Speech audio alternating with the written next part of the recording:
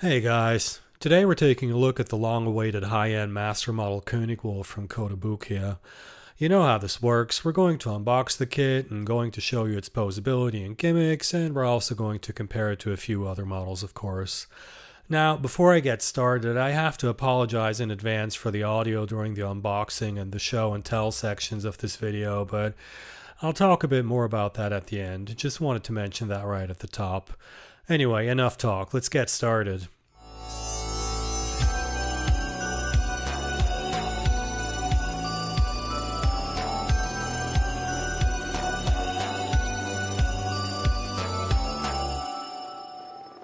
Robo Shop.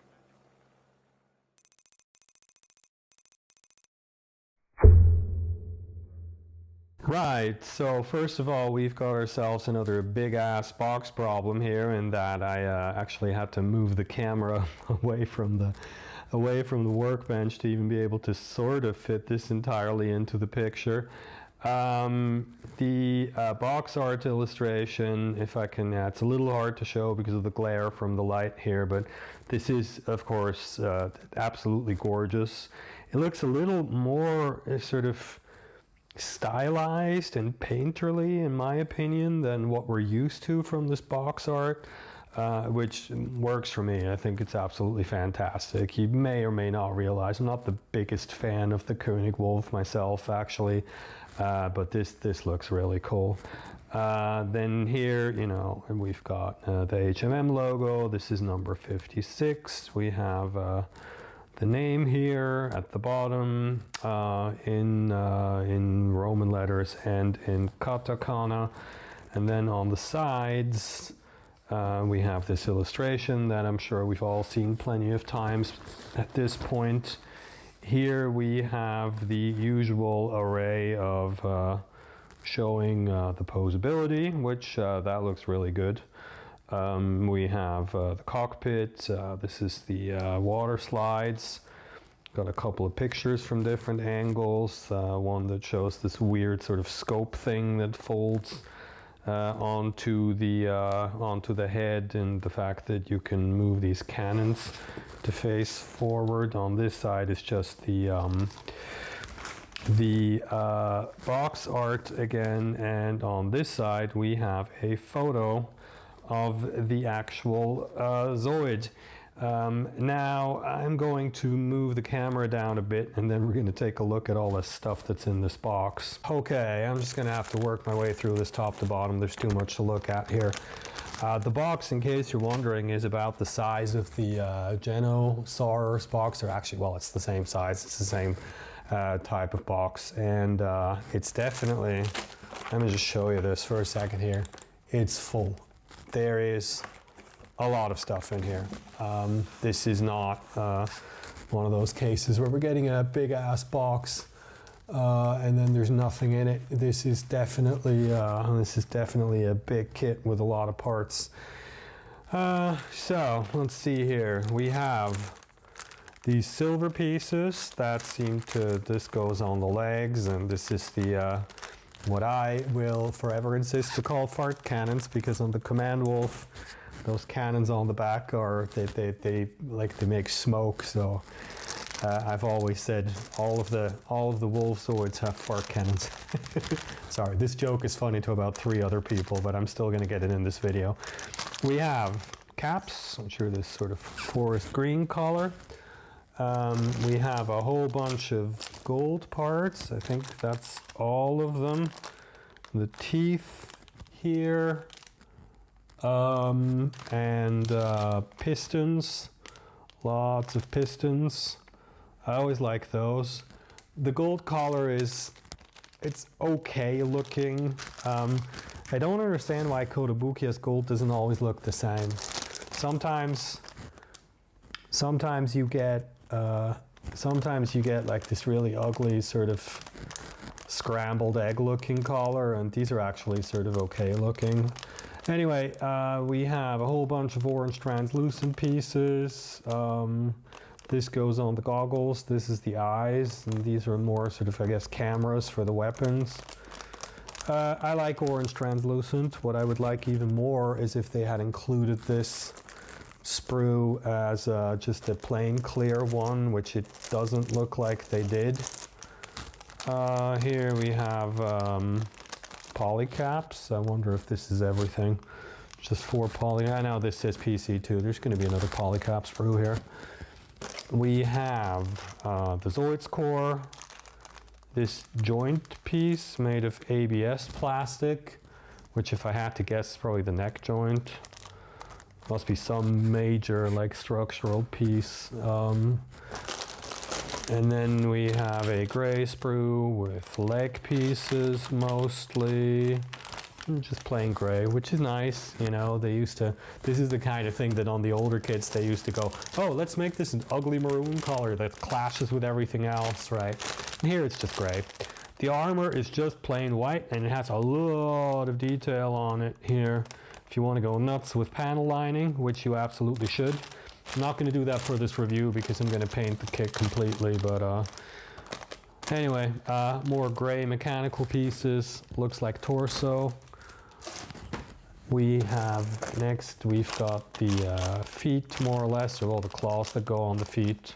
Just plain silver, looks okay. Some rather uninteresting mechanical parts.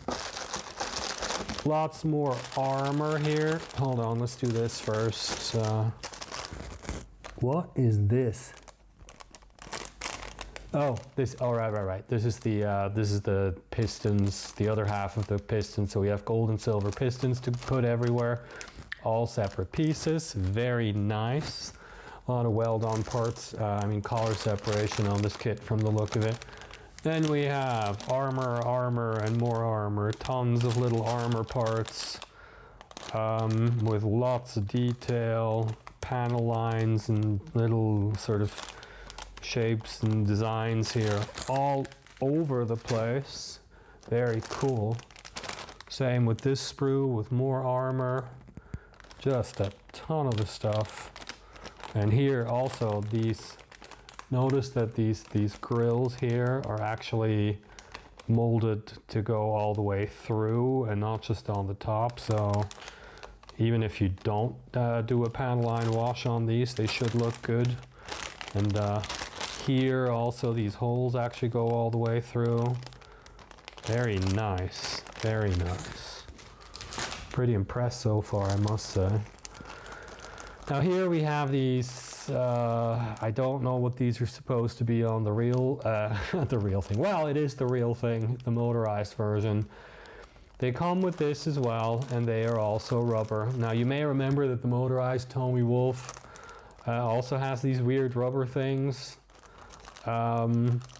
which nobody really understood at the time. I'm actually going to have to check if the ones on mine are cracked at this point, and we're going to do a comparison later anyway, right? Anyway, the bad news is these are molded in rubber, so I don't know how I'm going to paint these. Probably not at all. Next we have, here we go, this is the polycaps. 2 identical sprues of polycaps. Not that many, but it does come with polycaps. We have the pilot, which you assemble. I like that it's molded in silver plastic. It's a bit of a nod to the old school. Some rather uninteresting mechanical pieces here. And now I have, speaking of mechanical, there is a ton of gray mechanical bits for the neck, it looks like, for the legs. More, you know what, I'm just going to stack all these up here so that you can see, because there's really no point in looking at all of this individually. It's just 2, 4, 6 plus what we already had. This is all like leg mechanics, torso, more legs, more mechanical stuff. This is definitely a proper complex HMM kit. This looks to be ABS plastic. Yeah, ABS bits for the joints. And finally, the fart cannons. Which unfortunately you can see there's two cannons, right, and they sandwich together, which means you're probably going to have a nasty seam line on the top, although it should mostly be covered up by the white casing, so I don't know if that's going to be a problem. Yeah, and that is all of the parts. And finally, we have the first of all the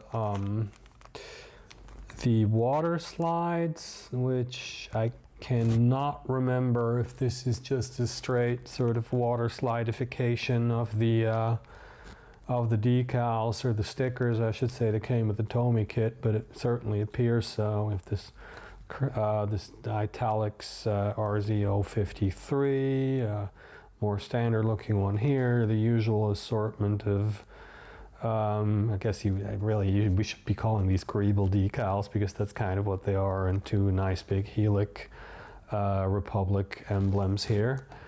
The instructions contain this sheet here that you can use to order parts replacements if you're in Japan, and the instruction booklet. Yeah, design hasn't really changed in, what are we going on, like 15, 20 years now? I'd have to look that up. We have a photo of the kit here. We have this section here that indicates where you build which part. It also comes dog-eared from the factory, which is nice. Whole bunch of text here.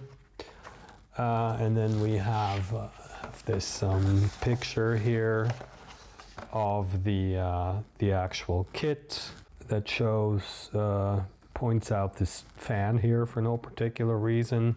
Evidently it has one of these separate sections for the Zoids core. Of course, they have an explanation of like what all the weapons are, and then we have nice little bit of concept art. These rubber things here that I'm not a fan of. I'm also going to have to check whether I actually have all of the sprues I'm supposed to have there. We have parts list, and you can see here a lot of sprues. A lot of these are doubled. And then we have the assembly, which starts with the head, which is also very standard for Kotobukiya kits. We see here that, oh, this is why it's just one. See this is one of those rubber track things, and you actually fold it in half, see, here to attach to the head, and then it goes around the neck. And the other one is also done this way. So if you're wondering, because you might be looking like me a couple seconds ago, you might be looking at the fact that you have one of each and thinking what they're supposed to go on both sides, right? You actually pull this through what appears to be the first section of torso here, and then it folds forwards like so, and that way you actually see it on both sides. Yeah, and then, assembly continues with the tail and the legs, and we're not going to look at all of that, because if you want to actually see all of this, then you're going to buy the kit. Here at the end, so we have final assembly, and then it shows all of the gimmicks, which is that the armor here on the side folds for. Of course, you have the scope thing that folds up. It shows sort of the range of motion of the, I guess that's the neck, which is pretty good. How you can move the fart cannons. This on the bottom here is where the action base would attach if you want to use one. So there's just a whole no adapter piece or anything. And then we have more of this really cool concept art that we always get with Kotobukiya kits. And the painting instructions, and more sort of photos, and a brief primer on how you do water slide decals. And that is it. These are the gimmick pictures from the box. Scope, how you move the cannons, how you open the cockpit, the Zoids core piece, and this is sort of the, you know, the range of motion that they've specifically designed to be able to do, because it looks cool in pictures. But I mean, this is really good here, especially since, at least based on pictures, it doesn't look spindly at all, but it still moves pretty well. Yeah, and that's it. You know what's coming up. I'm gonna get cracking on getting this guy put together. You won't have to watch all of that. And then we're going to take a look at it in the photo booth and do some comparisons and just have some fun with it. Back soon. Alrighty, let's do posability first. Starting at the neck here, it goes, if we fold this slightly out of the way, it goes all the way up here and back down here. The head doesn't really have that much motion. You can do this and it rotates slightly, but not really a whole lot, and you can turn it to the side. Hold on. Turn it to the side like so. One problem you'll notice is here, this piece that the head rides on, that's the neck joint, right? Which is, number one, is really tight. Let me get this out of the way so you can see this better. It's really tight. The neck also wiggles a bit here, though, to help with that. And number two, you can see there's basically no clearance here. This is just plastic rubbing on plastic. So if you're going to paint this and you intend to keep it mobile, I would recommend that you sand this a bit to create a bit more of a gap here, because you're just going to scrape the paint off. Speaking of the scope, there's another slight problem I have. You see, if I fold it all the way down to where it touches here, point, it just bounces back up. So what you need to do to actually keep it in place is to make it so that you're folding it a bit farther than you want to go, and now it stays in place. It's not a problem, it's just something to be aware of. The ears can move slightly like that, and they can also be rotated like so.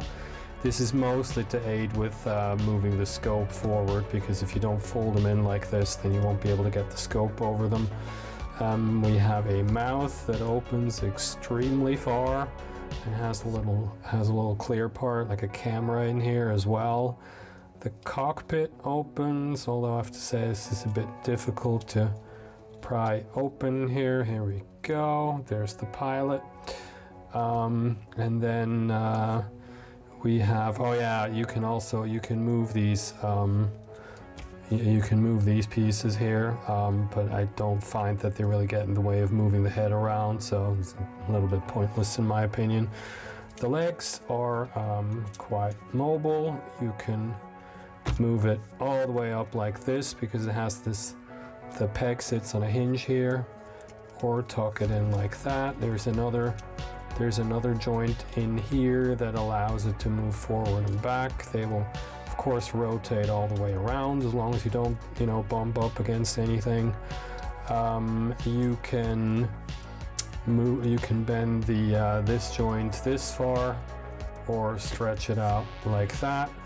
The feet, in my opinion, could move a bit more. You can only see, I just tried, it'll just come off. It's on a very simple hinge joint, and unfortunately, like this piece of armor here, bumps into where this piston sits, so it doesn't work that well. They do rotate quite a bit, so I mean, it doesn't really get in the way of doing any poses that a real wolf couldn't do. But personally, I think they could have just designed this a little differently, so that you can, if I want to have the leg backward like this, it doesn't really work. Here on the hind legs, of course, we have an additional joint here. The feet are exactly the same on the front and rear legs. The tail will bend a little bit here, and it'll go up and down, and you can rotate it.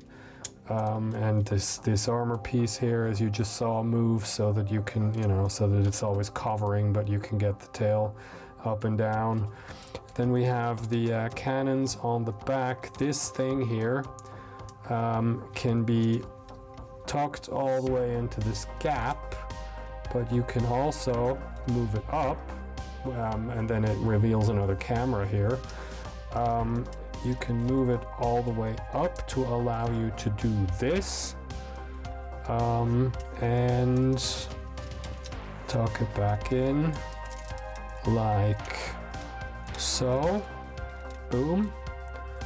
And finally, probably my favorite gimmick on this thing, if we want to call it a gimmick, here you can see there's a joint here that allows you to bend the torso to the side, which doesn't go very far, but what you can do is you can pull this out like so, and then you get this range of motion out of the torso, which is about as far as you're going to want to bend this.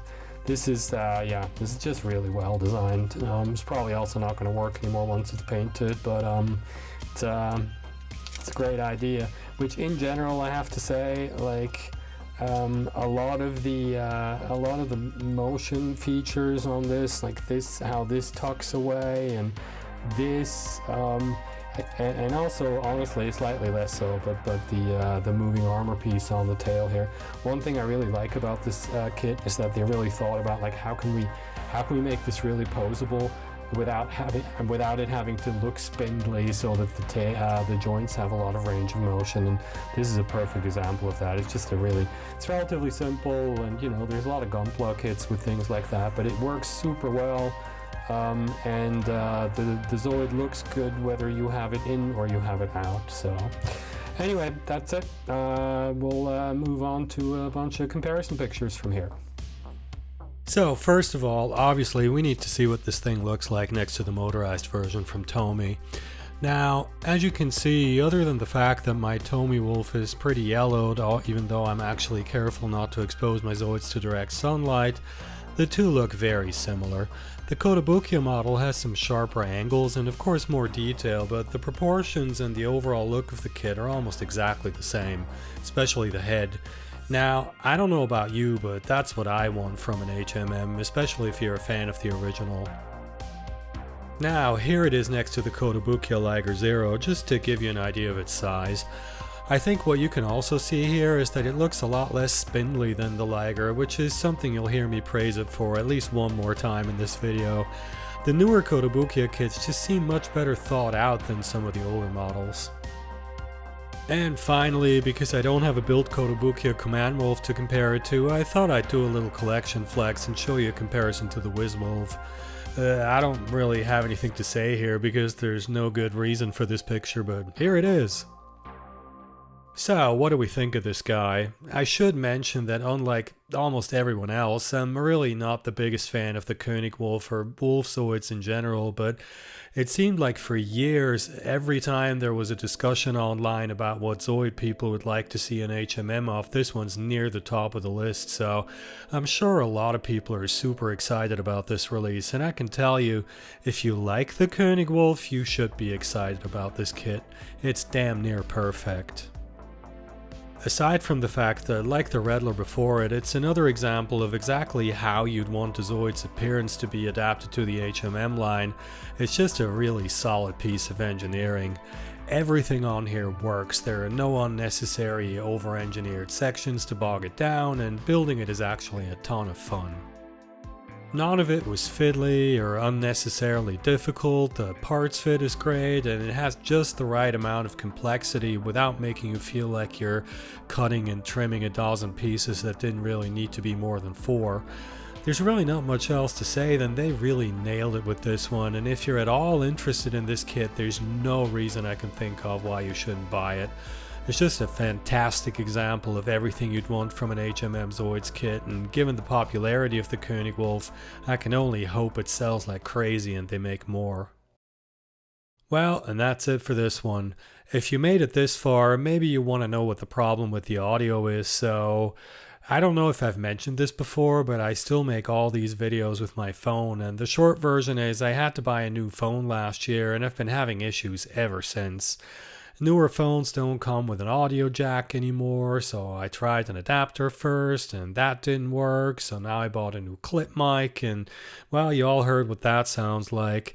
It's really frustrating too because this is an important review and I haven't been able to put out new videos as often as I used to because the releases have slowed down and I've been busy with work, so I really wanted this one to be good, and I also recorded the review of the CP unit the same day, so it'll probably have the same problems. I'll do some experimenting before I record another review and hopefully I finally figure out a solution, but in the meantime, sorry you had to sit through that, although I know most people skip the unboxings anyway, so it's probably not the end of the world. Anyway, next is the review of the CP unit for this kit, and then we'll see.